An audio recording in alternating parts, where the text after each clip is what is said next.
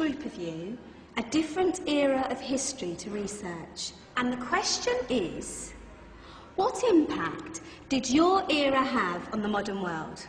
So Sarah, your group has the ancient Greeks. Ravi, you've got the Romans. And Danny's group gets, yes, a bit of a challenge for you. You get the Middle Ages. Some even call it the Dark Ages. Boring. See how you get on. Yes, miss. So, Serene, yes, you get the Renaissance.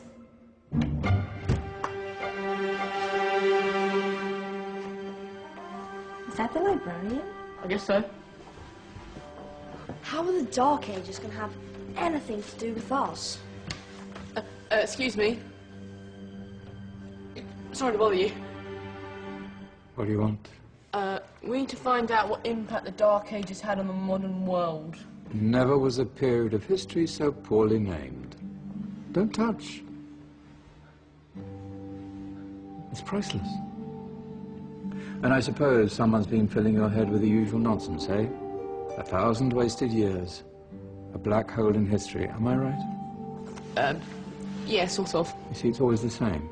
You assume it was all mud, disease, death and destruction, with marauding mobs of barbarians ripping down the good of former civilizations, burning and plundering as they went, nothing of any worth invented either, eh? Oh, no. Go on, Beofrey. Sorry to bother you. Come on, it's probably not worth it. Everyone knows that the Greeks and Romans invented everything anyway. Oh, did they now? And you're sure about that, are you? You know, I might just have something for you. You seem to be up to the task. I suppose I could... Follow me. I've got just the book for you.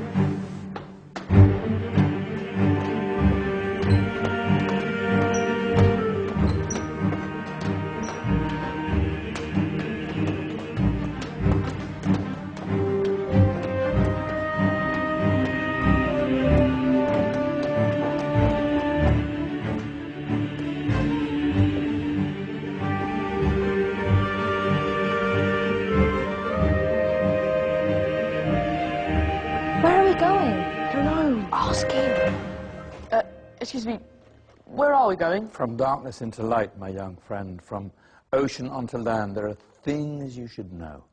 Oh, yes, indeed. Yes, indeed.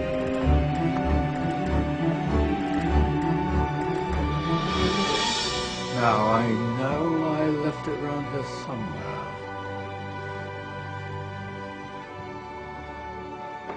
Ah! Here it is. Now, take a look. If you dare.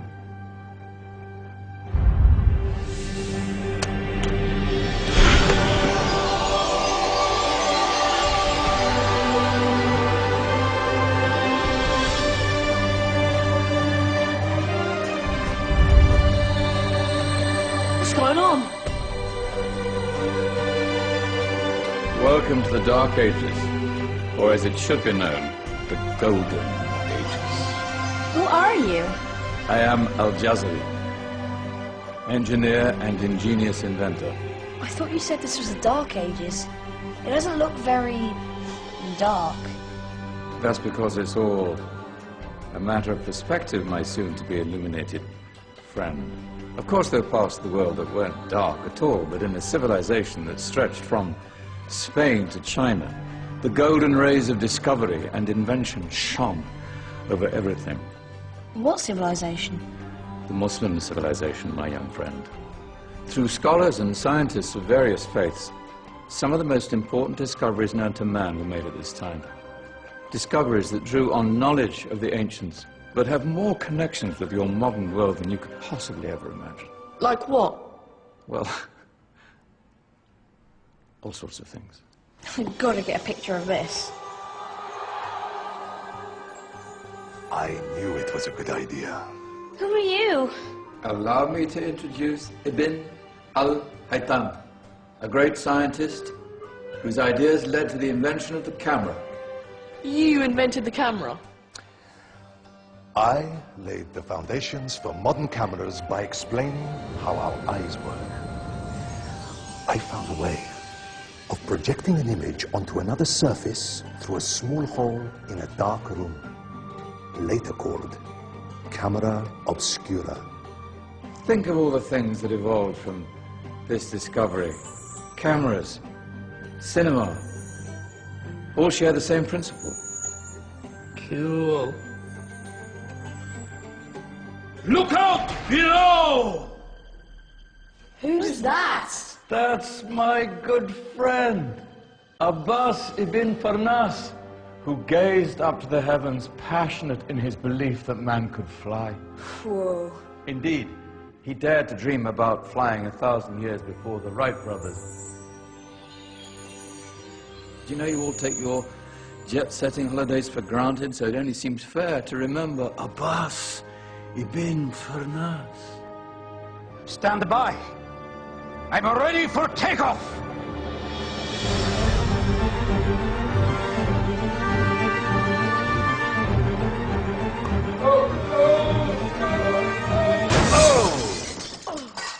He did forget one thing, though. A tail, useful for landing. Is there a doctor in the house? Did someone call? Ah, my old friend, why don't you introduce yourself to my young guests? I am Abul Qasim al-Zahrawi. Many call me the father of surgery. Did you actually do surgery back then? Of course we did. In fact, many of the surgical tools that I invented are still used in your modern hospitals. Excuse me, a patient needs my attention. Scalpel? In that case, I'll use catgut. Catgut? From the gut of animals.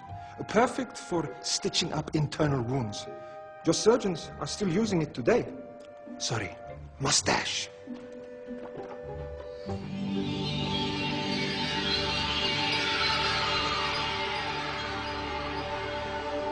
Who's she? That's Maryam al-Astrolabi, one of the many brilliant women of her time. She made sophisticated astrolabes. Astro what? Astrolabes. They show the sky and the stars on a small flat plate you can hold in your hand. Think of them as ancient calculating or timekeeping devices. Today you have your watch, your compass, satellite navigation, helping people and explorers travel the world. Science at its brilliant best. And all these things were developed during the Golden Ages. And that's just the tip of the iceberg. There were thousands of other inventions covering all areas of life, and in the years that followed, their influence spread across the whole of medieval Europe. So you see, it wasn't so dark after all. What about you? Me? What did you invent? Well, I don't want to be big-headed, but I made some groundbreaking advances in engineering. I suppose my most significant discovery converted rotary motion into linear motion using a crank and connecting rod. It's essential in pumps and engines. In fact, I've no idea how the Industrial Revolution could have happened hundreds of years later without such a device. Not that I ever get the credit I deserve. But my crowning glory was my amazing time-telling machine, my legendary elephant clock.